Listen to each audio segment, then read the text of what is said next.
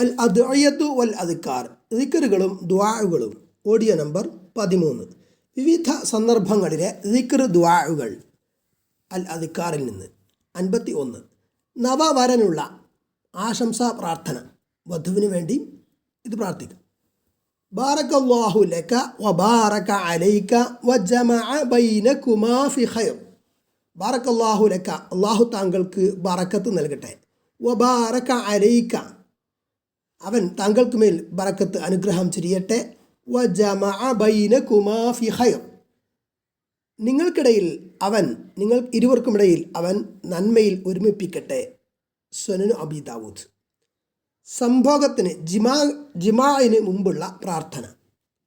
ബിസ്മില്ലാഹി അല്ലാഹുമ്മ ജന്നിബ്ന ശൈത്വാന വജന്നിബിശ് ശൈത്വാന മാ റസഖ്തന. ബിസ്മില്ലാഹി, അള്ളാഹുവിൻ്റെ നാമത്തിൽ. അല്ലാഹുമ്മ, അള്ളാഹുവെ, ജന്നിബ്ന, ഞങ്ങളിൽ നിന്ന് നീ അകറ്റി നിർത്തണമേ, അശൈത്വാന, പിശാച്ചിനെ. വജന്നിബിശ് ശൈത്വാന, പിശാച്ചിനെ നീ അകറ്റി നിർത്തണമേ, മാ റസഖ്തന, ഞങ്ങൾക്ക് നൽകുന്നതിലും. അതായത് ഞങ്ങൾക്ക് ഇതിൽ സന്താനം ജനിക്കുകയാണെങ്കിൽ അതിലും നീ പിശാച്ചിനെ അകറ്റി നിർത്തണേ. സ്വഹീഹുൽ ബുഖാരി. ഇത് ദമ്പതികൾ രണ്ടുപേരും ജിമാഇന് മുമ്പായി പ്രാർത്ഥിക്കേണ്ടതാണ്. 53.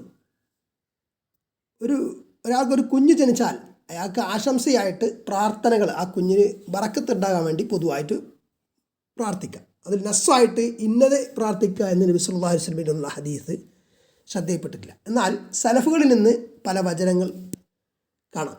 അതിൽപ്പെട്ട ഒരു വചനമാണിത്. താബിഈ പണ്ഡിതനായിരുന്ന അയ്യൂബ് അസ്സിഖ്തിയാനി അദ്ദേഹം റഹ്മത്തുള്ളാഹി, അദ്ദേഹം കുഞ്ഞ് ജനിച്ചാൽ ആർക്കാണോ കുഞ്ഞ് ജനിച്ചത് അവർക്ക് വേണ്ടി നടത്തിയിരുന്ന ആശംസാ പ്രാർത്ഥന. ജഅലഹുല്ലാഹു മുബാറകൻ അലൈക വഅല ഉമ്മത്തി മുഹമ്മദിൻ സ്വല്ലല്ലാഹു അലൈഹി വസല്ലം. ജഅലഹുല്ലാഹു, ഈ കുഞ്ഞിനെ അള്ളാഹു ആക്കട്ടെ, മുബാറകൻ അലൈക, താങ്കൾക്ക് അനുഗ്രഹമാക്കട്ടെ, അനുഗ്രഹീതനാക്കട്ടെ, താങ്കൾക്ക് അനുഗ്രഹമുള്ളതാക്കട്ടെ. വഅല ഉമ്മത്തി മുഹമ്മദിൻ സ്വല്ലല്ലാഹു അലൈഹി വസല്ലം, ഉമ്മത്ത് മുഹമ്മദ് സ്വല്ലല്ലാഹു അലൈഹി വസല്ലമയുടെ ഉമ്മത്തിനും, അതായത് ലോകജനതയ്ക്ക് മൊത്തം ഉപകരിക്കുന്ന അനുഗ്രഹീത സന്താനമാക്കട്ടെ എന്ന്. തൊബ്രാനിയുടെ കിതാബു ദുആ.